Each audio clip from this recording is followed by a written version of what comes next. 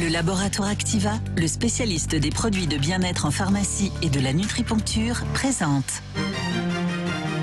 Sud Radio, les vraies voix qui font bouger la France. Devenir plus utile. DJF Hautebert, Philippe Rossi.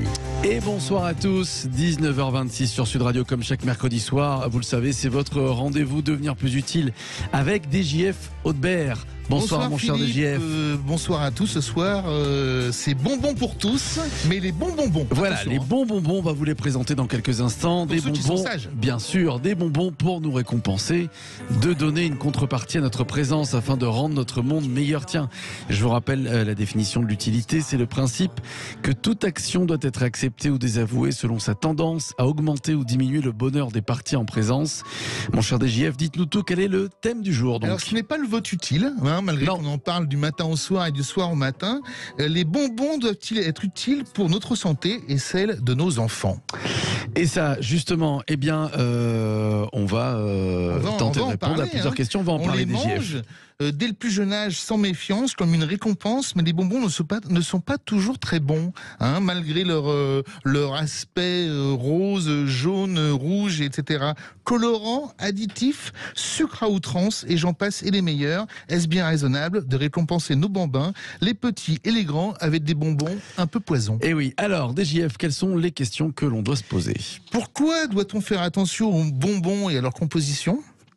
Pourquoi mange-t-on autant de bonbons? J'ai appris par nos invités qu'on va vous présenter dans très peu de temps que les Français mangent 3 kilos de bonbons par habitant, et alors que les Allemands en mangent 5,5 kg par an, et les Suédois 7,7 kg. Ça veut dire que la nuit est longue chez les Suédois, dure 6 mois. Ça, c'est donc, qui sont les bonbons addicts? On vient d'en parler, pas mal de pays. Et comment les bonbons peuvent-ils être plus utiles pour notre organisme? Alors, toutes ces questions vont avoir des réponses pendant cette émission, évidemment. Avec nos invités que je vous présente tout de suite. Stéphane Boublil, président fondateur du Bonbon Français. Docteur Alexandra Dalu, qui est avec nous, membre de la Société Française d'Endocrinologie, nutritionniste et auteur de ce livre que je vous présente, 100 idées reçues qui vous empêchent d'aller bien sécher le duc. Bonsoir à vous. Gilles Duhaut est avec nous, président des Bonbons Kubli, dont l'usine est dans la région parisienne depuis plus de 120 ans. Je vous présente une partie de ces petits bonbons. Là, c'est orange citron. Voilà. Ouais, ça donne envie. On va les déguster après, on vous donnera nos impressions. Gilles Duhaut, président des Bonbons Kubli, on va commencer par vous. Quelle est la recette d'un bon bonbon pour vous? Alors nous fabriquons depuis 120 ans. Depuis 120 ans la confiserie Kubli. Faites pas votre âge, Non, c'est le bonbon qui conserve. Voilà, donc une très large gamme de bonbons de sucre cuit, des bonbons durs, donc on ne sait faire que ça, pas de bonbons gélifiés, pas de calisson, pas de nougat, mais que des bonbons durs qui sont faits principalement avec du sucre de betterave, 55% de sucre et 45% de sirop de glucose de blé. Alors après, on y rajoute soit du miel, parce qu'on fait un bon tiers de nos bonbons avec du miel, mais aussi des arômes et des colorants naturels. Alors, de plus en plus, ce sont un colorant naturel, qu'est-ce que c'est en fait? Alors, les colorants naturels, c'est-à-dire qu'ils viennent de plantes. Ah oui. Alors, et de plus en plus, et c'est ce que nous sommes en train de faire, nous remplaçons les colorants par des ingrédients colorants. C'est-à-dire que si on veut du rouge, on va mettre de la betterave, ou du jaune, du curcumin, ou du... Voilà, on utilise des pigments de plantes pour donner la couleur aux bonbons.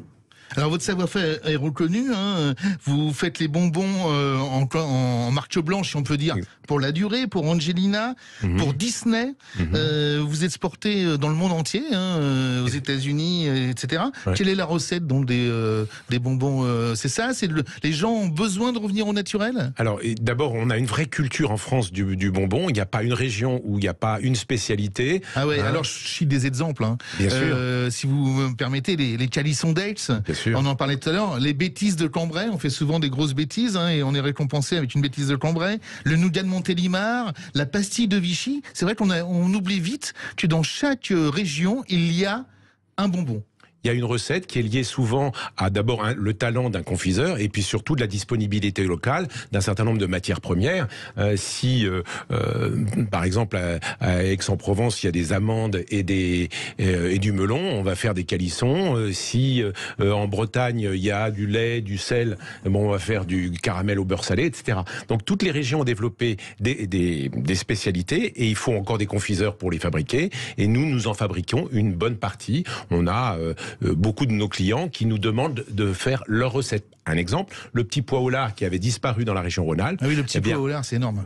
C'est un petit bonbon à l'anis. Il avait disparu parce que le dernier confiseur avait déposé le bilan. Eh bien, nous, on a repris la recette et aujourd'hui, on en fait une dizaine de tonnes par an. C'était le bonbon emblématique de cette région de France. Mais les gens se trompent pas, le côté petit pois au lard, c'est pas... c'est sûr que physiquement, on s'y croirait. C'est étonnant de ressemblance. Oui. Bon, avant de prendre Alexandra Dalu, je la fais passer, je garde le meilleur pour la fin, si je peux dire. On va demander à Stéphane Boublil, le président fondateur du bonbon français. Bonjour Stéphane. Bonsoir. Qu'est-ce qu'est le bonbon français et pourquoi a-t-on tant besoin, mais on vient de le comprendre déjà, aussi, d'avoir comme ça une sorte de syndicat de tous les bonbons? Vous représentez beaucoup de marques de confiseurs. Alors, bonsoir à tous, vous m'entendez bien? Oui, ça va, pas de souci. Oui, en fait, le bonbon français, qu'est-ce que c'est? C'est une sélection des meilleures confiseries régionales de France. J'ai créé la marque en fait parce que je suis un amateur de gastronomie, et de confiserie et de bonbons. J'en ai toujours beaucoup mangé depuis mon enfance. Et comme je trouvais que c'était difficile de trouver des bonnes confiseries à l'ancienne, puisque c'est quand même une spécialité régionale, hein, c'est ce que disait Monsieur Dio, c'est-à-dire qu'on a quand même c'est une affaire de spécialiste, hein, le bonbon régional. Quelqu'un qui fait bien du caramel au beurre salé ne fera pas bien forcément ne fera pas bien du calisson d'Aix. Et ce qu'on a fait avec le bonbon français, c'était de sélectionner dans chaque région de France les meilleures confiseries de France pour proposer les meilleurs bonbons. Donc le concept, c'est qu'on en testait plusieurs et à chaque fois on choisissait celle qui nous semblait la meilleure avec une charte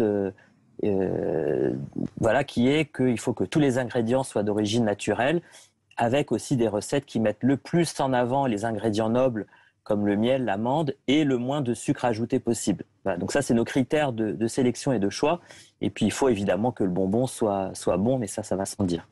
Et justement, le fait d'être s'appeler le bonbon français pour l'exportation, c'est un gros avantage?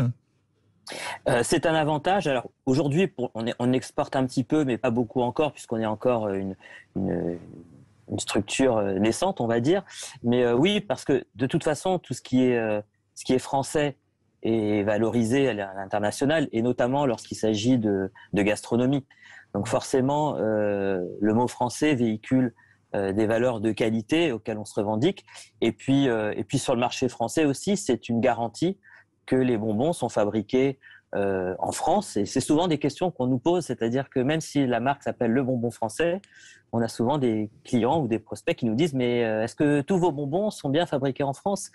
Donc ça veut dire qu'il y a quand même des doutes encore sur l'origine des produits, et les clients ont vraiment besoin d'avoir cette réassurance sur l'origine qui est devenue vraiment très très importante au-delà du côté naturel, qualité des produits. La provenance est vraiment essentielle. Alors, Alexandra Dalu, je rappelle que vous êtes docteur en médecine et nutritionniste. Qu'est-ce qu'un bon bonbon par rapport à sa composition? Quel bienfait peut-il apporter quand il est bon? Alors, il y a beaucoup de choses à dire sur le sucre. Je pense que c'est la dose qui fait le poison, déjà. Le sucre, il n'y a que du sucre dedans, en fait De toute façon, oui, il n'y a que du sucre, dans le sens où que ce soit le sucre saccharose dont parlaient messieurs et le sirop de blé, c'est du sucre. C'est que du sucre, donc. Là, et après, vous avez l'arôme, mais qui n'apporte ni vitamine ni sucre.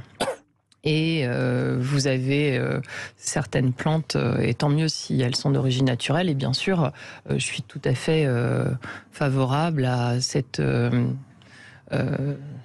volonté de faire bio et d'avoir des colorants naturels. Mais dans l'agroalimentaire, on préfère aussi avoir des colorants naturels, hein. Donc c'est un peu la base en nutrition.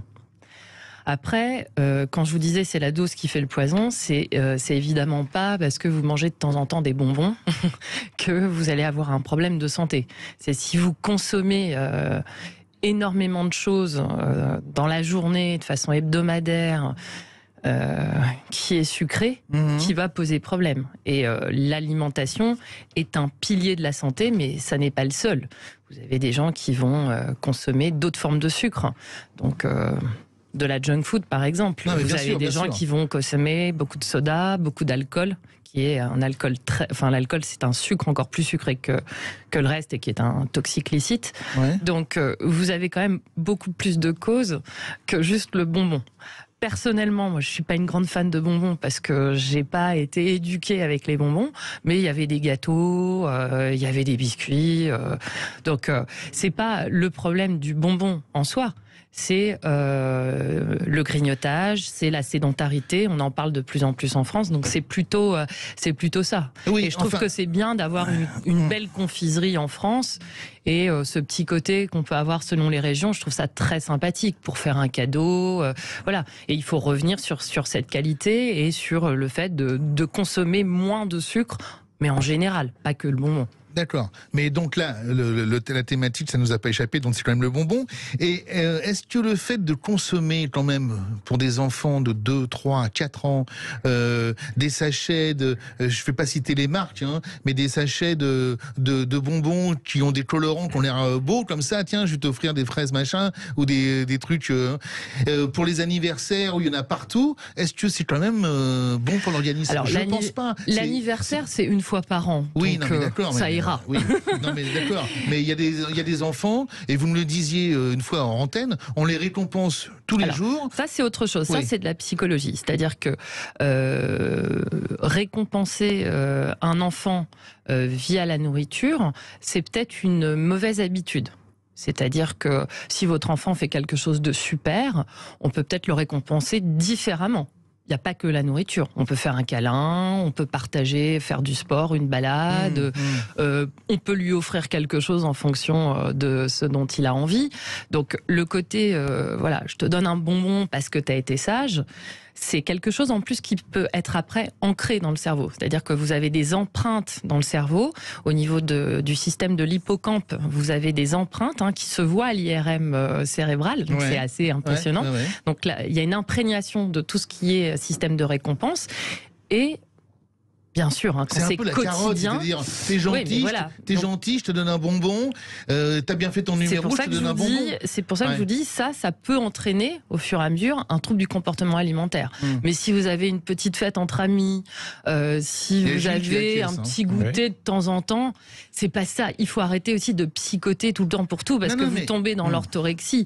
Mais après, encore une fois, c'est difficile. L'orthorexie, c'est quand vous devez faire attention à tout. C'est-à-dire, mon enfant, il doit manger de l'avocat le matin pour avoir ses oméga 3, il n'aura jamais de bonbons, il n'aura jamais de gâteaux, il n'aura pas de chocolat, il sera dans la frustration à un moment donné. Et puis, tout le monde sait aussi, et ça on en avait parlé hors antenne, que à outrance, le sucre encore en général, va en fait... Pourquoi ça donne des caries? Parce que ça change en fait le microbiote. C'est-à-dire le microbiote, ces bons probiotiques que vous avez dans l'intestin et aussi donc dans la bouche, le sucre a malheureusement cette faculté de chambouler ce système, et ce système est un système immunitaire qui est très puissant quand on a une bonne alimentation, un bon mode de vie, et quand on apporte trop de sucre, malheureusement, ces bonnes bactéries qui vous protègent, elles sont déréglées. Et là, vous avez des infections qui peuvent arriver. Alors, ça peut être des caries, mais ça peut être aussi des infections au niveau de l'estomac, des gastro-entérites, etc. Donc, en fait, le sucre consommé à outrance va faire diminuer votre immunité. Voilà. Donc, il faut faire attention aussi. Il faut habituer ses enfants à manger un peu de tout. Juste avant la pub, je vais demander à Gilles qui acquiesçait mais qui n'était pas totalement d'accord sur le fait de donner à des enfants des bonbons plein de colorants dès leur plus jeune âge. Vous croyez que c'est pas ce qu'il y a de mieux? Non, évidemment. Moi, je suis tout à fait d'accord à limiter la consommation, et je pense qu'il vaut mieux manger beaucoup moins, mais mieux. Bah oui. Et alors, c'est vrai pour le bonbon, mais on voit bien que c'est vrai pour tout. Pour tout. Voilà. Pour tout. Voilà. Et c'est vrai aussi que dans la confiserie, 2% du sucre consommé en France vient de la confiserie. Donc Donc c'est pas colossal, mais il faut surtout faire attention à l'ensemble de sa consommation en général, et notamment les sodas. Il faut savoir que dans un verre de soda, il y a à peu près 10 à 15 bonbons bien sûr. en matière de sucre. Donc, on en parlait tout à l'heure. Voilà. D'ailleurs, les chiffres sont très parlants. L'OMS, elle vous recommande 25 grammes de sucre dans la journée. Ok. Et en France, on est quasiment à 150 grammes. Ah oui, c'est juste extraordinaire. C'est dingue. Et donc, c'est pas que le bonbon. Et c'est là où je vous rejoins. Stéphane Boublil, qu'est-ce que vous en pensez des bonbons, notamment pour les enfants, de leur danger? Moi, je pense que c'est comme tout, c'est une question, et c'est ce qui a été dit, de dosage de consommation. Il se trouve que sur la confiserie régionale, de fait, comme ce sont des bonbons qui sont plus premium et donc un peu plus chers, on a une consommation qui n'est pas aussi effrénée que lorsqu'on prend un paquet de bonbons de grande distribution. Donc voilà, c'est une question de limite. Moi, je pense que j'ai personnellement pas du tout de scrupules, parce que je sais que la consommation de ce qu'on propose, c'est toujours dans des limites du raisonnable, parce que quand on a un produit comme ça entre les mains, on sait qu'on le consomme avec modération. Et je pense que il faut plutôt faire attention aussi à ce qu'on consomme au quotidien, pas seulement au niveau des bonbons, mais au niveau des plats cuisinés industriels qui peuvent être plein d'ingrédients néfastes, ou ce qu'on mange dans les fast-foods, etc. C'est un problème qui est beaucoup plus global et qui n'est pas du tout limité aux bonbons. Il faut qu'on mange. Il faut qu'on mange. On va goûter les petits bonbons pendant la petite pause. On va se retrouver dans quelques minutes. Tiens, notre thème ce soir, vous l'avez deviné, les bonbons doivent-ils être plus utiles pour notre santé et celle de nos enfants? Jusqu'à 20h, on va tenter de répondre à cette question avec nos invités Stéphane Boublil, Alexandra Dalu, Gilles Duhaut. Vous restez avec nous. DJF Hautebert revient dans quelques minutes, devenir plus utile. Avec Philippe Rossi. Bien sûr. À tout de suite. Le laboratoire Activa, le spécialiste des produits de bien-être en pharmacie et de la nutriponcture, présente. Sud Radio, les vraies voix qui font bouger la France. Devenir plus utile. DJF Hautebert, Philippe Rossi. Je vous ai apporté des bonbons, parce que les fleurs, c'est périssable. Les bonbons doivent-ils être plus utiles pour notre santé et celle de nos enfants? C'est le thème de devenir plus utile ce soir, et c'est la question à laquelle on va tenter de répondre avec nos invités qui sont avec nous jusqu'à 20h et que je vous représente tout de suite. Stéphane Boublil, président fondateur du Bonbon Français. Le docteur Alexandra Dalu, membre de la Société française d'endocrinologie, nutritionniste, et puis auteur de ce livre que je vous présente, 100 idées reçues qui vous empêchent d'aller bien. C'est aux éditions Le Duc. Voilà, puis Gilles Duhaut qui est avec nous, président des bonbons Kubli. L'usine de ces bonbons est dans la région parisienne depuis plus de 120 ans.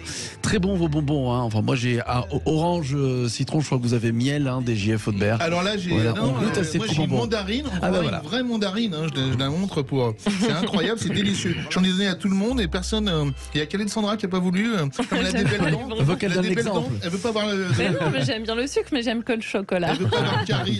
Chacun ses petits vices. Je vous laisse les bonbons. Gilles Duhaut, vous essayez de revenir aux traditions avec vos bonbons, aux traditions, aux régions, etc. C'est un petit peu, on pense à Jean-Pierre Pernaut à l'époque, c'est tout ce qui est toutes les régions. Quelles sont un petit peu, quelles étaient à l'époque les traditions au niveau des bonbons? Qui est-ce qui a inventé le bonbon, vous le savez? Alors bon, d'abord le bonbon c'est lié au sucre, donc il a fallu que il y ait les premières cannes à sucre qui arrivent jusque en Europe. C'était au Moyen Âge, donc c'était très très ancien. Il y avait déjà des bonbons au Moyen Âge. C'était les prémices d'un bonbon. D'ailleurs, c'était les apothicaires, c'était les pharmaciens qui à l'époque vendaient encore ces produits-là parce que c'était nouveau et donc il fallait réussir à l'importer d'abord la matière première et surtout ça avait un effet très tonique puisque le sucre c'est bourré d'énergie. C'est d'ailleurs pour ça que sur les bonbons il y a pratiquement pas de DHAO parce que c'est tellement énergique. DHAO, date limite d'utilisation optimale. Voilà. Eh bien parce que il y a aucune bactérie qui se développe sur le sucre. C'est tellement énergétique que rien ne se développe. Et donc, à l'époque, au Moyen-Âge, quand on a découvert ça, ça a été une petite révolution et ça donnait un coup de fouet aux gens qui les consommaient. Et petit à petit, l'ensemble de la France, qui est un pays quand même assez inventif en matière de gastronomie, on connaît nos fromages, nos vins, et bien nos ancêtres ont développé des recettes qui venaient principalement des grands ports d'importation. C'est-à-dire que c'est venu de Sète ou de Marseille, bon, ça venait par la Méditerranée, ou ensuite, un peu plus tard, des colonies françaises par Nantes, et c'est comme ça qu'il y a eu le berlingot nantais, il y a eu des choses comme ça. Vous trouvez qu'on insiste assez en France sur toutes ces qualités de bonbons régionaux par rapport aux fromages qui sont surexposés ? Ben non, je regrette là, franchement, que. Ah non, moi je regrette pas. Hein. Le fromage apporte quand même beaucoup plus de bonnes choses. Ah ben non, dites pas ça, pourquoi vous êtes méchante, vous ? Je suis pas méchante, je suis là pour dire la vérité. Chacun ses goûts, Alexandra. Alors, il n'y a pas de protéines ni de bons gras dans le bonbon quand même. Non, mais alors effectivement. Ni de probiotiques. Elle n'arrête pas de casser des bonbons depuis qu'elle arrive. Voilà, c'est ça. Non, justement. Non, mais ce qui est important, c'est de dire que le bonbon n'est pas un nutriment. C'est-à-dire qu'on est. Exactement. Il ne sert pas à alimenter les gens. Il sert à un petit plaisir, un moment convivial, et il faut que ce soit toujours sporadique. Voilà. Je pense que c'est l'essentiel. Donc, on a en France un patrimoine qu'il faut défendre, mais qui n'est pas assez exposé. On est d'accord. Exactement. Ça, je suis d'accord. Voilà. Le bonbon français, notre ami, je l'ai perdu, Stéphane Boublil. Notre ami Stéphane Boublil. Qu'est-ce que vous en pensez ? Vous pensez que le bonbon est assez mis à l'honneur vu la diversité de tout ce qu'on a en France ? Pas du tout. Je pense que c'est au contraire un patrimoine qui est absolument pas connu, en tout cas pas comme il devrait l'être. C'était exactement moi ce que je voulais mettre en avant en créant le bonbon français, c'était remettre au goût du jour les confiseries à l'ancienne et les confiseries régionales, avec évidemment le même parallèle que sur les fromages ou le vin. Ce que je trouvais aberrant, c'est que quand j'ai commencé à réfléchir un petit peu au projet, on me disait « Ah oui, c'est vrai, le calisson, j'en mange que quand je suis à Aix-en-Provence ». Et en fait, j'ai trouvé ça assez idiot, parce que si on aime le calisson, pourquoi est-ce qu'on attend d'être à Aix-en-Provence pour en consommer ? De la même façon que pour le fromage, on n'attend pas d'être dans telle région pour en manger. Et c'est vrai qu'il y a un ancrage régional qui est très fort. Ce qui est assez étonnant aussi, c'est qu'il y a une créativité des confiseurs qui s'exprime au quotidien. C'est un art qui n'a jamais disparu, mais qui pour autant est resté quand même assez local. Une créativité au niveau de la forme, au niveau du contenu, au niveau quand on compare le berlingot ou alors on parlait tout à l'heure de coquillage fourré par exemple. C'est vrai que c'est juste incroyable. Il y a cette diversité de propositions et d'inventivité. Oui, et puis les confiseurs vont, par exemple, créer des variantes de leurs produits de base. Par exemple, le caramel au beurre salé, ils vont faire une variante avec du sarrasin ou avec de la vanille pour diversifier un peu et sortir de ce côté traditionnel et trouver des recettes un petit peu innovantes. Quelle est la tendance mondiale ? Est-ce que la France est bien placée justement par rapport à la diversité de la proposition de bonbons ? Et où est-ce qu'on trouve dans d'autres pays des bonbons qui sont aussi divers et bons ? Alors moi, j'ai un petit peu voyagé, pas partout malheureusement, mais j'ai jamais vu un pays pour l'instant où il y avait une offre de confiserie aussi diversifiée qu'en France. Je pense que c'est une vraie particularité française d'avoir 300 ou 400 sortes de confiseries régionales différentes. Ouais. Gilles Duhaut, qu'est-ce que vous en pensez ? Moi, j'exporte un bon tiers de ma production. Aux États-Unis, dites-nous, vous exportez en Asie ? En Asie, en Chine, au Japon, en Corée, au Vietnam, en Nouvelle-Zélande, mais partout, j'ai une vingtaine de pays clients, mais parce que ils apprécient l'originalité des goûts différents. Je veux dire, on fait par exemple des feuilles verveine. Bon.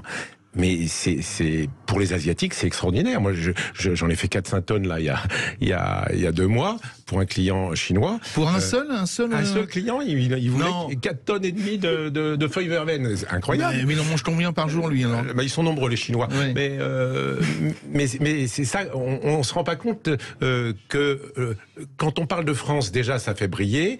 Paris, encore plus. Et quand on leur propose des choses assez originales par rapport à ce qu'ils ont l'habitude de manger, c'est étonnant. Je vais peut-être citer juste un petit exemple. Je fais des salons à l'international et notamment à Cologne, c'est le salon du sucré qui s'appelle l'ISM. Et donc on est tous les Français là. Il y a des calissons, des marrons glacés, des chocolats magnifiques. Puis il y a un pays, ils ont un seul bonbon. Et puis non, mais chez nous c'est incroyable, c'est beau. Et puis vous traversez l'allée, vous allez chez les pays du Nord, notamment de l'Europe. Tout de suite, c'est pas bon ce qu'ils proposent. On se dit, mais il est chauvin. Comment ils arrivent à vendre ça, quoi? Mais c'est vrai que chez nous, on a quelque chose d'incroyable. Oui, on se rappelle tout du Schloob roulé sous les aisselles dans le style. Ouais. Alessandra Dalu, je rappelle que vous êtes docteur en médecine, nutritionniste. Est-ce que justement l'obésité, le diabète est augmenté par la consommation de bonbons aussi? Alors, si c'était si simple, ce serait bien. Oui. Ouais, je sais. On arrêterait les bonbons et tout le monde serait mince et en bonne santé, voire immortel. Donc, c'est pas comme ça que ça se passe. La médecine, c'est un peu plus complexe, bien entendu. Est-ce que vous recevez des parents qui vous disent « mon fils ou ma fille est bonbon addict » ? Non. Alors, déjà, quand vous êtes médecin, même si vous êtes nutritionniste, c'est beaucoup de l'hormonothérapie, c'est beaucoup de diagnostics.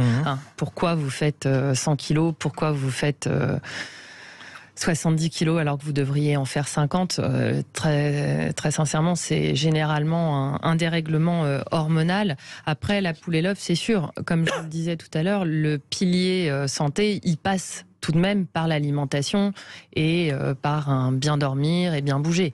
Donc l'obésité, elle n'est pas due au fait qu'on va manger des bonbons. L'obésité, elle est multifactorielle. Les gens bougent moins, ça c'est un fait. Et il y a un pic très intéressant de l'obésité au moment du développement du e-commerce. Parce que, si vous voulez, le sujet, c'est pas... Les gens qui aiment faire du sport, ils font du sport. Voilà. Même les gens, pendant le confinement, qui aiment faire du sport, ils en ont fait un peu moins, mais ils faisaient du sport. Donc en fait, le problème, il est plutôt sur les gens qui n'aiment pas trop bouger, qui n'aiment pas faire du sport. Une petite parenthèse, pendant le confinement, on a mangé plus de bonbons ou moins de bonbons ? Non, hélas. On a moins bougé. On a moins bougé. Non, mais globalement, la consommation n'a pas progressé. Elle a plutôt même un peu... Parce qu'il n'y avait plus de bonbons aux caisses, parce qu'ils se sont concentrés sur les aliments essentiels. D'accord. Le bonbon français, c'est pareil? Vous avez vendu moins de bonbons pendant le Oui, c'est pareil. Et d'autant plus que le bonbon français, c'est un produit qui s'offre. On n'achète pas forcément du calisson pour en manger tout seul, on va l'offrir, et donc c'est vrai que pendant le confinement on n'avait pas trop d'occasion d'aller voir les petits copains, quoi. Bon, alors Alessandra, je reviens sur en fait, quand vous me parliez d'obésité, de bonbons, non, il n'y a pas un lien direct, il y a un lien direct avec le fait de bouger beaucoup moins. Voilà. Et le diabète de type 2, oui, il y a une grande partie liée au sucre, qui va être liée au sucre. Mais pas que, encore une fois, c'est le mode de vie global. Et après, vous avez plein de maladies aussi qui sont simplement dues à des dérèglements hormonaux. Bien sûr. Mais il y a toujours la nutrition. Toujours. J'ai une question à vous poser. Est-ce qu'on pourrait se servir de bonbons pour en faire des alicaments ? Parce qu'en fait... alors, ça existe déjà. Ça existe déjà, justement. C'est la base du goumise. C'est-à-dire que le goumise, c'est un bonbon avec des vitamines. Voilà. Donc, ça existe déjà, le bonbon, comme vous dites, alicament. Pour la gorge aussi. On n'est pas trop fan en médecine de ce genre de complément alimentaire, parce que justement, un complément alimentaire doit apporter un principe actif qui est là pour valoriser, pour optimiser votre santé en général. Donc dans les gummies, vous avez énormément de sucre. Alors bien sûr, ils ont mis du zinc, ils ont mis du fer de temps en temps, ils ont mis certaines plantes, mais encore une fois, il y a du sucre. Donc le problème aussi du sucre, c'est quand il est consommé en dehors de tout repas, en dehors de tout bol alimentaire. Quand vous avez un repas, et que vous avez par exemple même un dessert, que ce soit un bonbon, que ce soit un morceau de chocolat ou que ce soit un dessert, il va être compris dans le bol alimentaire où vous avez eu une assiette avec, je sais pas, le poisson du jour, des féculents. Donc en fait, le sucre va être pris dans ce bol alimentaire. Si vous consommez du sucre en dehors des repas, là tout le monde le sait, ça fait augmenter votre glycémie et votre inflammation, et c'est ça qui fait développer aussi les problèmes de santé. Il nous reste plus qu'une minute pour conclure très rapidement. Quelles innovations notables, on va commencer par vous, Alessandra, en quelques mots, on pourrait imaginer pour les bonbons, je sais pas, comment ils peuvent évoluer, des bonbons lyophilisés pour les astronautes, des bonbons pour les petits hommes verts, des bonbons fabriqués en 3D, avec des imprimantes 3D. Je pense que là, ce que disent très rapidement les confiseurs, c'est qu'ils accentuent sur la qualité, donc c'est une bonne chose. Je pense que c'est plus au pouvoir public de dire de consommer moins de sucre en général. L'idée n'est pas d'arrêter, encore une fois, le bonbon. Après, de mettre des vitamines, je vous l'ai dit, dans les bonbons, ça existe déjà. Gilles Duhaut, comment on peut être plus utile, développer les bonbons, comment ça peut évoluer dans les 10 ans à venir? Moi, je pense qu'il faut qu'on retravaille nos recettes pour plus de simplicité. C'est-à-dire qu'on ne met que ce qui est indispensable pour avoir du goût et de la couleur, mais que l'indispensable et surtout consommer juste ce qu'il faut et de qualité. Stéphane Boublil? Je partage ce qui a été dit. J'ajouterais qu'il y a vraiment une question aussi d'éducation des palais, et j'encourage vraiment ceux qui nous écoutent à goûter un bonbon dans sa version la plus qualitative qui soit, pour vraiment constater qu'il y a une vraie différence de goût, et ça c'est fondamental. Merci à tous. Je voudrais juste dire qu'un bonbon blanc ne se vend pas il y a des colorants, mais parce qu'on a constaté aussi que les gens ont du mal à acheter un produit quand il est blanc, alors qu'il est censé avoir une framboise. Merci beaucoup. À vous, Stéphane Boublil, merci docteur Alexandra Dalu et merci Gilles Duhaut. Le livre de DJF Audebert, voilà, Quotient d'utilité, chez Guitre et Daniel Édition. Allez-y, achetez-le. En plus, c'est sans sucre. Et je vais sortir une édition avec les bonbons dedans. Dans quelques instants, le Loft Music.